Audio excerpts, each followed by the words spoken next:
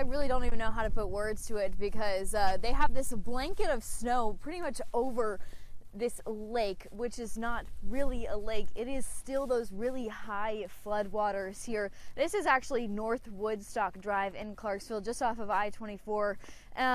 Just tragic. You know, all of these people in this neighborhood, along with many others, are dealing with this morning. They have floodwaters. They can't even get out of their homes, or they can't even access their homes or vehicles from over here because these floodwaters are so high. Really, really thick snow and ice. Like my feet, very, very covered, and it's hard. Not the best conditions to drive in, and that is why the Clarksville police department, as well as the city of Clarksville, said that they had over 200 calls for service just last night. It is cold, freezing, and one thing that we can see is out here on these roads, it is pretty slick. The more and more that cars are passing through, the more you can see it's getting a little more icy. That ice is appearing more.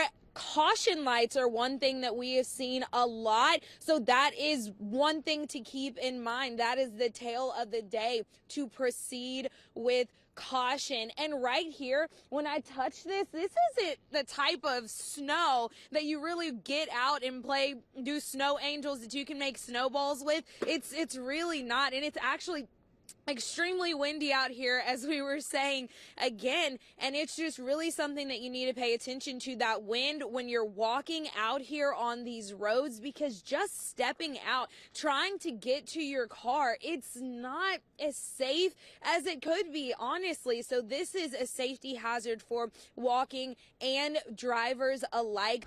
I'm Gary Robinson Jr. in Kearney, where the temperatures are 8 degrees below zero and the wind chill is negative 30 degrees, which can lead to frostbite in just 5 to 10 minutes. Unconfirmed reports say Kearney has received 1 to 3 inches of snow so far.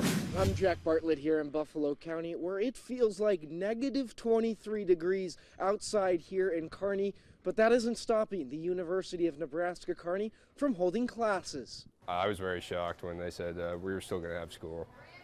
And I had like 4 kids in my first class, so I mean, it's like we have school, but we kind of don't. OKC Street Superintendent Chris Daniels tells me the biggest challenge hasn't even been the amount of precipitation that we've been getting, but rather the frigid cold temperatures.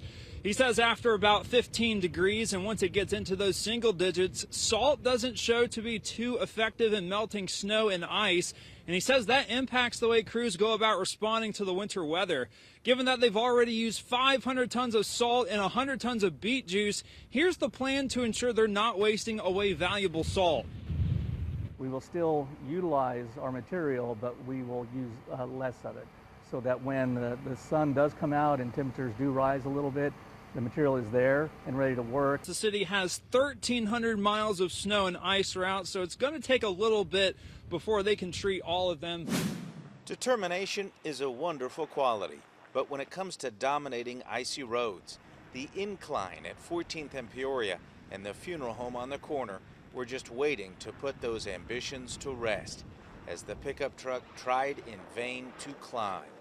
Navigating anywhere today was not easy. For us nights who enjoy spending time outside, it could be a difficult couple of days.